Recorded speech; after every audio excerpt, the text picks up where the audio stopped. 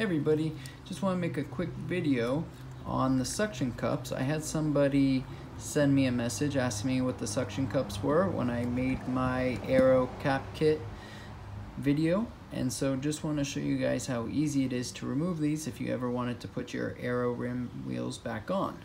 Simply place the suction cup over it, bring it together, and it pops out that easy. There was another duct tape video going around. I did not find that to work as well for me.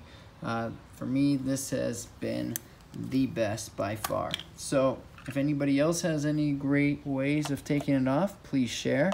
But for me, this has been the best.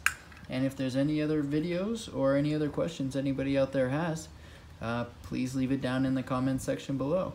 Don't forget to give this video a thumbs up if you enjoyed what you watched, and please subscribe if you haven't already. More great videos to come. Thanks for watching.